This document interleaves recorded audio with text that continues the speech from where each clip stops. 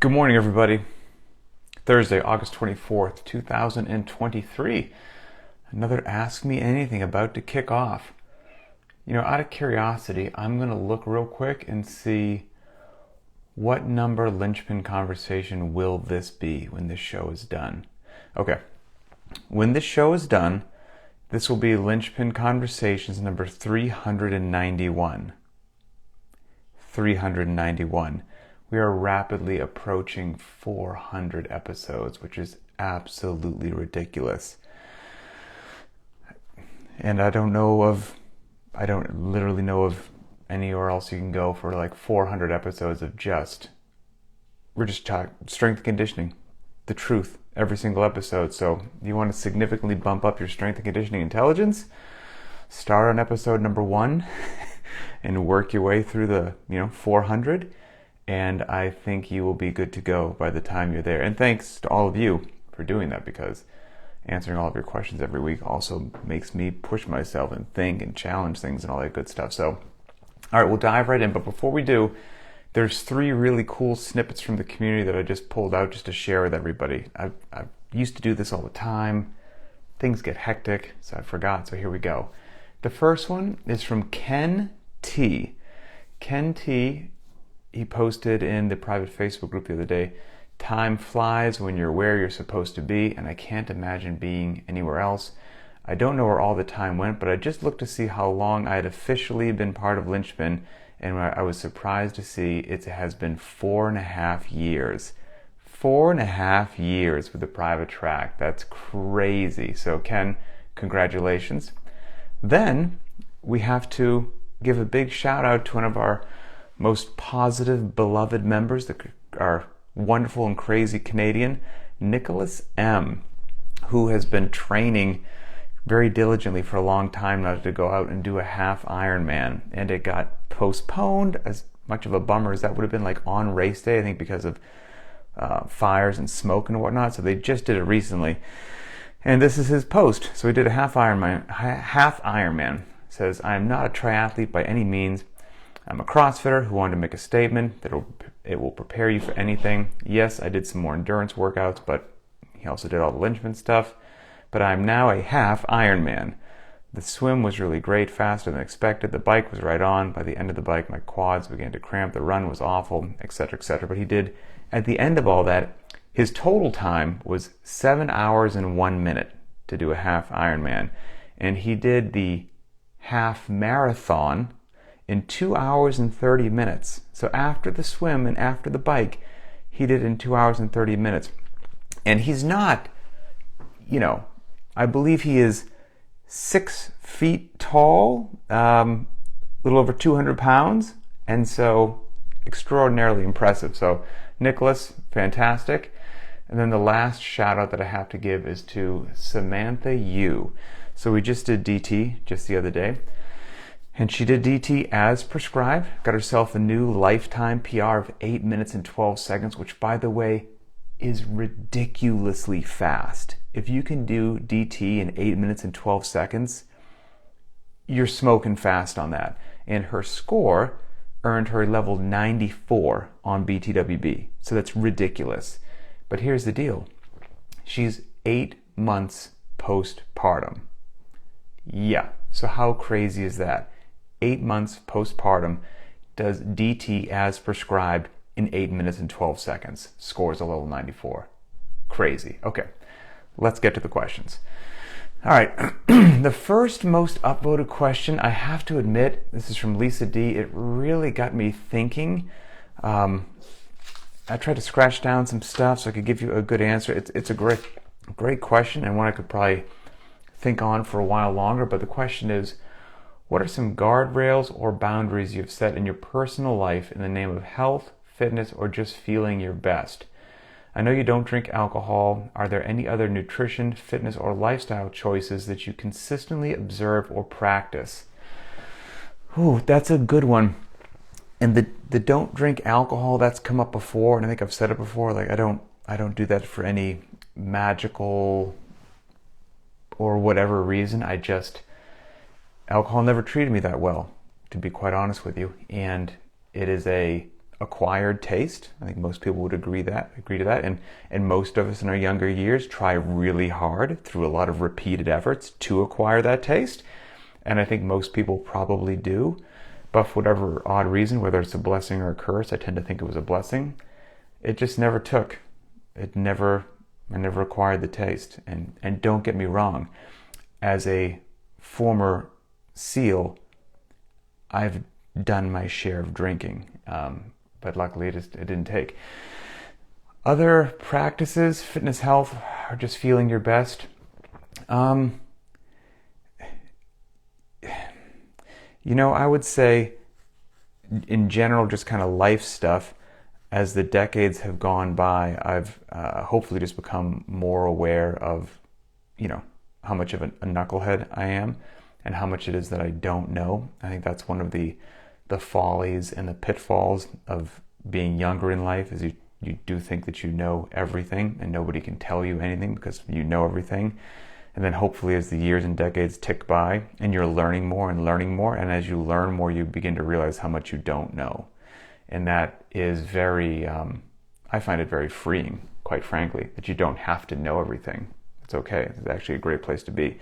So I would say, realizing slowly but surely my own faults, shortcomings, blind spots, ego, all of that stuff has been something that I try to work on and focus on. I think that it makes me a better person. I think it makes the relationships I have in this life better.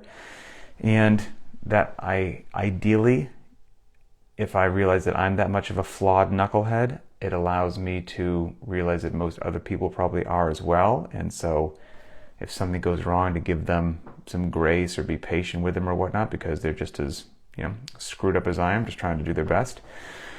I've tried, as I've gotten older, to set the bar high for friendships or for people that I allow into my circle, because I do truly believe, the people that you choose to interact with and whatnot and share things with, it's a really big deal, like, your circle. And so I've tried to become very picky about that, for lack of a better word.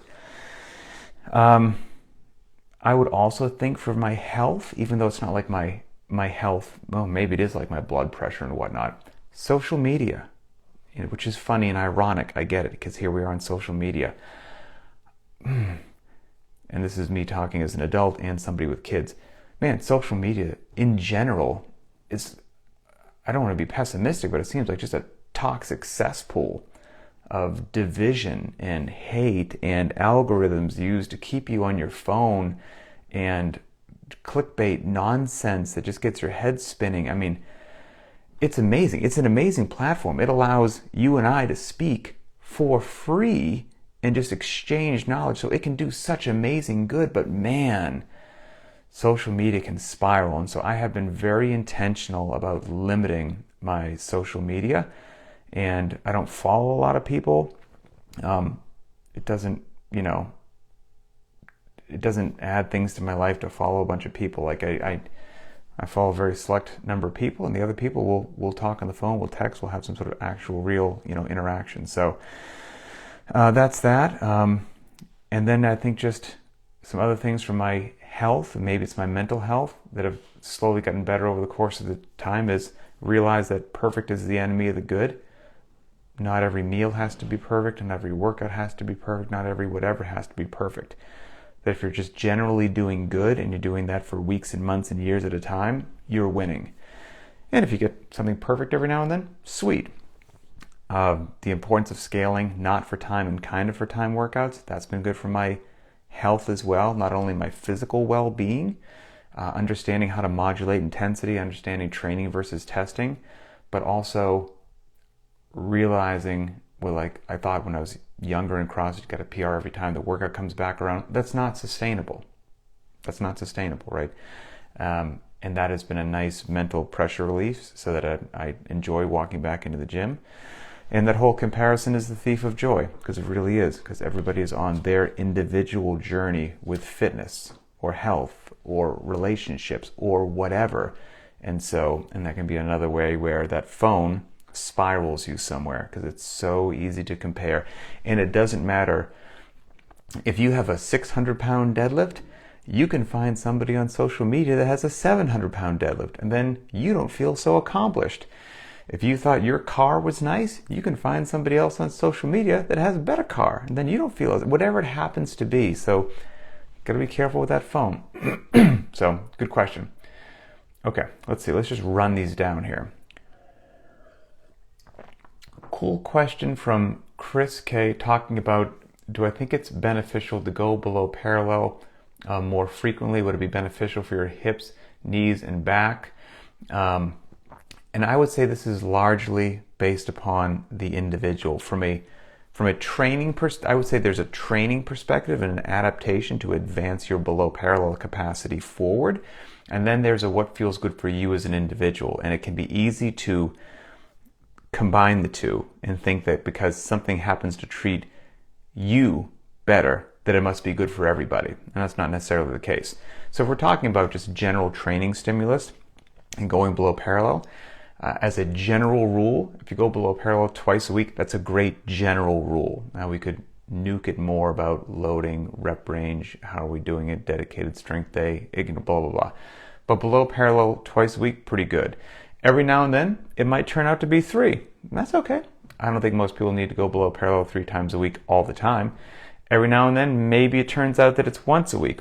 Hopefully that's more on the rare side. But as a general guardrails, if you will, for most people, going below parallel twice a week, fantastic. That's for the adaptation of you becoming fitter, faster, and stronger. Now, do you have something going on that going below parallel 1 or 2 more times a week feels good for your knees, back, and shoulders because you're stiff, because whatever it happens to be? That's absolutely possible. But again, don't potentially mix up what's good for you with good with everybody else. And I can use myself as a test case with this. I've been, honest that I, busted my pelvis like 23 years ago, and my right hip is just chronic pain due to that injury, chronic pain. And if I don't keep that thing moving, it's not good.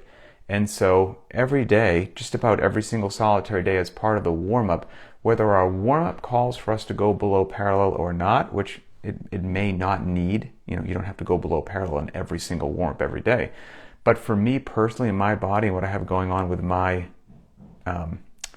hip, yes, it feels good, and I'll make sure that I get below parallel every day. Just unloaded, stretch it out down there, some air squats, maybe some goblet squats with a light object or whatnot. That's good for my hip every single solitary day. Not everybody else needs to do that. So if you have identified something for you, your anatomy and physiology, your body, whatever it happens to be, and it undoubtedly treats you well and it's additive to your life, you should do that. You don't need to make it another workout, especially if it's just soreness or stiffness or something like that, like I have going on. I don't need another below parallel workout. I just need to keep that joint moving because it's kind of a use it or lose it, based upon my injury and stuff like that. And so, if you've identified that, absolutely, totally good to go. All right, let's see. Jen F, can we get challenge coins for everyone who completed all the monthly Linchpin challenge? Most likely no. I'll just shoot you straight right there. Just because the nature of being a small business, linked up to Shopify, these other drop ship services, they have a certain array of products that are available. Challenge coins are not one of those. And so challenge coins would have to be finding a manufacturer, ordering them individually, getting them here, writing an envelope out one at a time, mailing them all over the world. It's just not logistically possible. But hopefully those dropship services that make life easier for small businesses like this to do business, will maybe get them one day.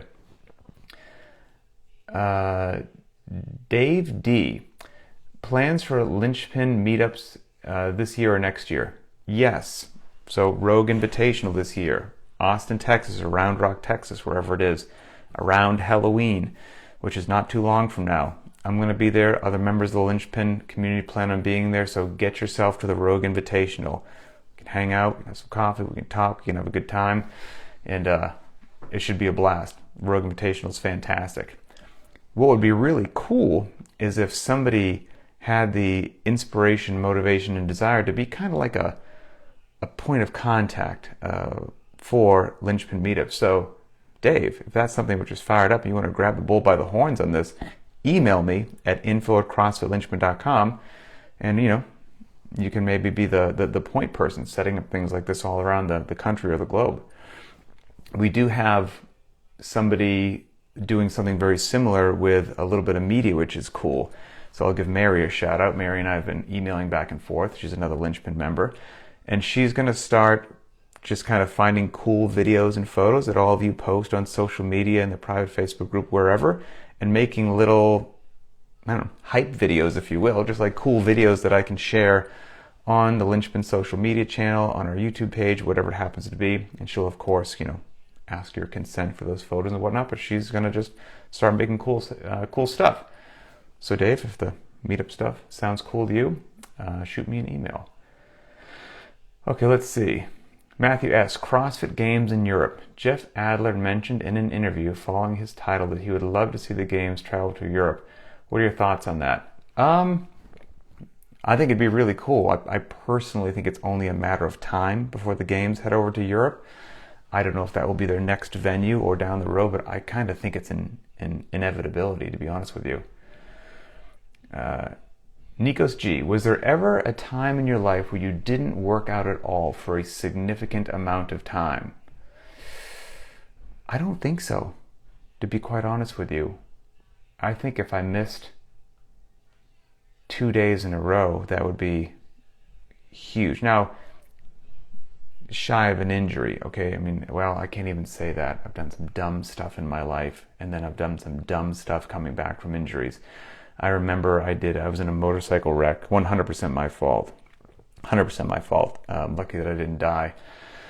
Many years ago, and ripped my kneecap open. It was not good. And got that, stitched back up and all that good stuff.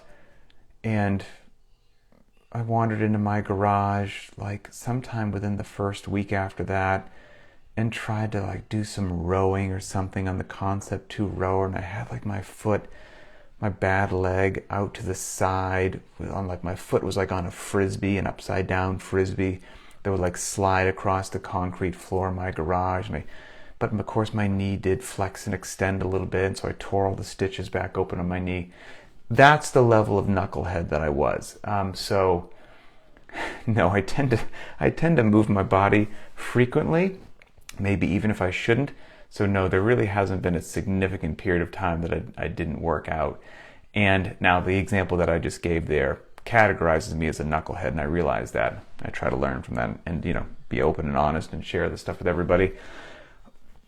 But that's an unusual case, right? Motorcycle wreck's an unusual case. But if just regular life, you get busy, you get whatever, you just decide, oh, a week's gone by, I haven't worked out. No. 2 weeks gone by. No. Month. No, not at all. And that's largely because coming back from those things is so miserable that I'd rather just, it's like a body in motion stays in motion. I'd rather keep my body moving and not have to come back from a 2 weeks off, and then it feels like I've never worked out in my life. Okay, let's see. Rach Y.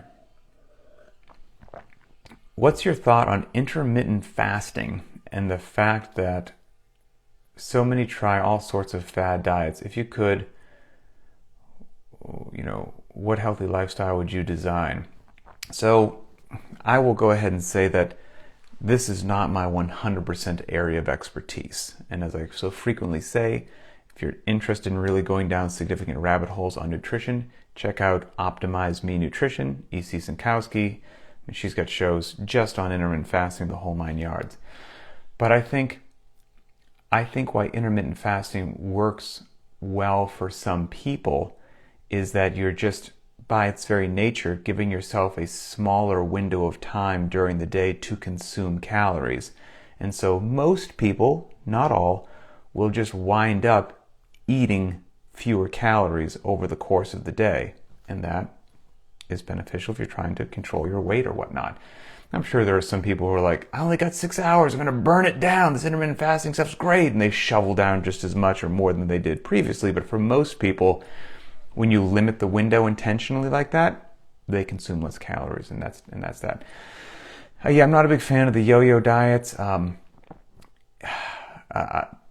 Eating clean, unprocessed, real food, unpackaged food to the best of your ability, making good choices, trying to get protein, carbs, and fat, and trying to get the highest quality foods that you can in a quantity that sustain your performance, but not so much that they add to excess body tissue. That's in that, as vague as that is, that I think is probably the goal for most people, and how exactly that'll fit into your life is probably different than mine or somebody else, which is why there are, I think, some general tenets to nutrition that work really well, but then how to make them fit into your life and your schedule and your work and your travel and your whatever it happens to be, how much you do or don't like to cook, how much all of those things, that requires some personal experimentation. But for nutrition, I check out Optimize Me Nutrition with EC. Oh, here we go. Here's a good one. From James W. My wife and I recently welcomed a new baby girl to the family. Congratulations, my friend. And we also have a toddler. I don't mean to giggle about that, but you got your hands full at the moment, don't you? Life's busy. On top of that, Southern California has been incredibly hot. With limited time and the heat, working out in my garage has been a challenge. So I've been working out in our home with my dumbbells in between chasing around our toddler. Oh my goodness, I know this life. I've been mostly able to modify the Linchpin workouts or to form a hybrid from the limited equipment option and the no equipment options to suit my needs. But I struggle to come up with a good substitute for running, the rower, and the bike. What's a good substitute? I've been trying burpees and jumping jacks, for example. If I'm trying to find a substitute for a 400-meter run, what's a good rule of thumb to find the number of burpees I should do to replace the run? Obviously, there aren't perfect equivalent movements, but burpees get the heart pumping. When in doubt, burpees, right? I think John W. from the Linchpin community would fully back me up on that. So, first of all, God bless you. New baby girl, toddler in the house, scorching heat outside, smokes in the air, and you're still somehow making it happen with working out, scaling or modifying or doing whatever. You are crushing it. Do you realize the level of discipline and motivation that's just pouring out of that comment that you wrote? This is why you're going to win. You're going to win. This is fantastic. So now how can we just optimize this experience for you? Getting back to your question, man, I lived this life. For the longest time, I just had a pair of dumbbells in my living room, and that was it for months and months at a time when my girl was in her,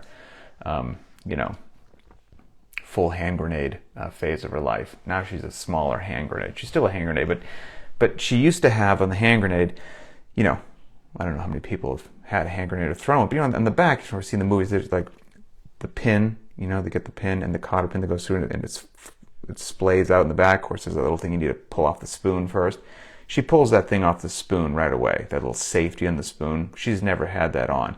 But then, for the longest time, she would pull the pin and she would just walk around with the hand grenade. She'd have the spoon on there and she was just looking for a reason to throw it. She's better now, okay? The hand grenade's still in her hand.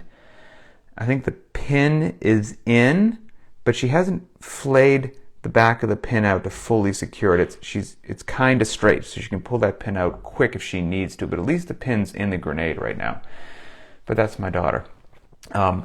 Getting back to your question, if you're trying to substitute running, whether it's burpees or something else that you're doing, I would use not necessarily a specific number, although, you could, if you had an idea of, most people, if they go out for a 400-meter run in a workout, they're not setting a lifetime PR, right? It's generally a moderate paced run because you're in a 3 or 4 round workout. So it makes no sense to just sizzle in on the first 400-meter run and just implode. So it's a moderate pace. So if you think, let's just call that a 2-minute 400. right? For some people, it could be slower or faster. But if we say 2 minutes per 400, and that's a moderate pace, now think, how many burpees could you do in 2 minutes at a moderate pace, not at a crazy pace? As a general rule, okay, and this is different for people, okay? But like about 12 burpees a minute is kind of a moderate, sustainable level of misery. And so you could say, all right, well, for a 400, I'm just going to 12 burpees a minute sustainable. 400 is about 2 minutes worth of running. I'm going to do 24 burpees. That would be close enough for government work, I guarantee you on that. So I would just do the time domain sort of a deal. Look at the clock for 2 minutes, do moderate burpees, see where you land on that. What you could also do is just running in place. As simple as that sounds, yes, it is certainly different than actual, locomotion forward, but you're not going to be shortchanged. Running in place for the appropriate period of time, pumping your arms and legs for 2 minutes is really challenging. And I'm not even going to use the phrase high knees, because high knees, if you do 2 minutes worth of high knees, your system's going to have a metabolic hit much more significant than had you gone on a 400-meter jog. Because you think about when you go for a 400-meter jog, you don't get your knees anywhere near your waist, nowhere near your waist. So high knees is even more challenging than running. So you don't have to get your knees quite that high, but jogging in place for the appropriate period of time, you'll be good to go. But also, man, just hang in there. You're doing it. You're doing the thing, and you're doing great. Chris L. Okay, this is about squatting and how to squat. Olympic lifters, power lifters, CrossFit prescribe initiating the squat with the hips and then the knees. I've noticed other groups and successful youth college strength and conditioning coaches, some preach the knees first and then the hips. Isn't much of a difference, etc., etc.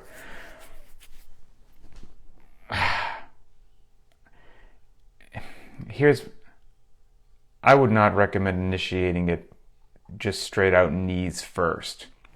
But I also think your description of how CrossFit says to do it isn't entirely accurate as well.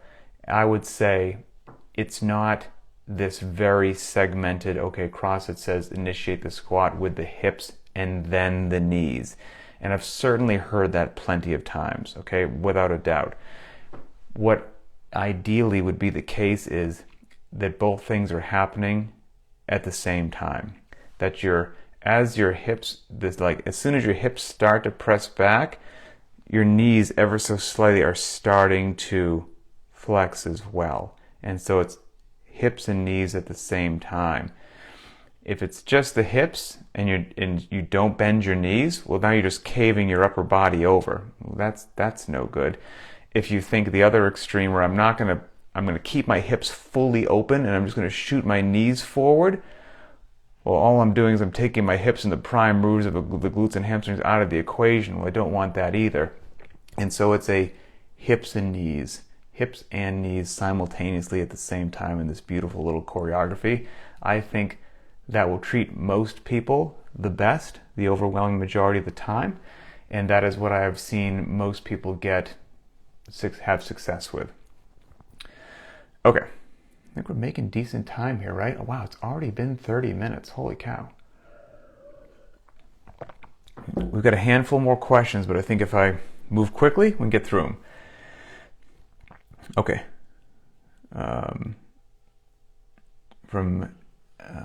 Let's see. As you know, sometimes things come up. Yes, I do know that. And we are not able to work out on a particular day. In those cases, is it okay to skip a rest day and catch up, or do you recommend just continuing with a schedule? For example, if I can't work out on Wednesday, should I do it on Thursday? Okay, first of all, I know everyone hates this answer, but there's no one right answer. A lot of people might actually benefit from an extra rest day. Life's tough, none of us get enough sleep, all that good stuff. And so you know what? If just you missed a workout, it's okay to miss that workout. Now, does that happen every single week, time and time again? Well, that's a different story. But if this is a random, just kind of happen, I missed one this week, I haven't missed one in 5 weeks, you're going to be okay. You can just go right on. On the other side, It bothers me when I miss a workout. And I've had this happen every now and then. Matter of fact, it just happened to me, I think, last weekend. I planned on doing the workout on Saturday. We had just basketball all day long with our boys. I really thought I was going to be able to get it in. I wasn't able to get it in, so I didn't work out on Saturday. Sunday should have been a rest day. But I did the workout. It was Nate, as a matter of fact. I did my version of Nate on Sunday. And Saturday just turned into my rest day. And so since I did my version of Nate on Sunday, I then went right into the Monday, Tuesday, Wednesday. So I worked out 4 days in a row. That's okay. Fitness was achieved. It's not a very common occurrence. And, it went on. So I think you can skip it if you want to skip it. But if it bothers you mentally, like it does me, and you want to bump a day like that, I think you'll be okay. Simon E., is there a way to gift a CrossFit Linchpin membership to another person? I would be interested in covering 3 to 6 months as a gift for friends and family, but I don't know if this was possible. Very cool. I'm sure that we could make that happen.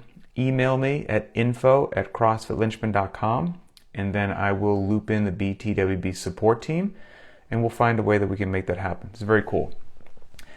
Oh, and then follow-up question. Curious to learn the history behind your relationship with BTWB. I know you do the podcast series with Adrian and them, so I'm just casually curious. So the folks at BTWB and the people that own it, Mo and John, I've known them for now probably longer than I realize. And I guess all I can say is, from when CrossFit was much, much, much smaller, well over a decade ago, they're just really good dudes that started a tech company. And kind of getting back to what I said earlier in this podcast about being very conscious and careful about who you choose to call friends and have in your circle, they're really good people. And like so many other things in the CrossFit ecosystem, ownership has changed, different entities buy things, sell things. They're one of the few remaining, probably them and Rogue, quite frankly, that the same people that started it, they're still there today. The owners are the same owners, and they started it before CrossFit was big. They started to fill a need because they thought that this would be a great additive thing to people who love to work out, that there should be a meaningful, incredible way to track your data and your fitness, and it didn't exist, and they started it, and they didn't know where it would go, and it's gone something incredible. And I've watched them the entire time, and they were CrossFitters. They weren't tech people who saw an opportunity to capitalize on the CrossFit community. No, they were CrossFitters who were also tech people and started it. And so their heart's always been in the right reason. And yeah, they're just a great company, quite frankly, and their stuff works. It works really well. Okay, let's see. Ooh, Stephen K. This is amazing. I couldn't have asked for something better than this. Hey, Pat, I've always wondered why we never do rotational movements in CrossFit. Does CrossFit not consider that to be functional? Awesome question, Stephen. Stephen, we literally just covered this topic last week. This was the last conversation that we just did. So if you go back to Linchpin Conversations number 389, last Thursday. So last Thursday's Ask Me Anything, rotational movements was the question. And so go back, find Linchpin Conversation number 389, and you'll get your answer. Okay. 2 more. Here we go. From Josh B. If you were to pick a skill or two to work on for 5 to 10 minutes post-workout each day, what do you think gives the most bang for your buck? I'm thinking along the lines of movements that in my mind are more limited by skill than by strength. For example, handstand walking, pistols, etc.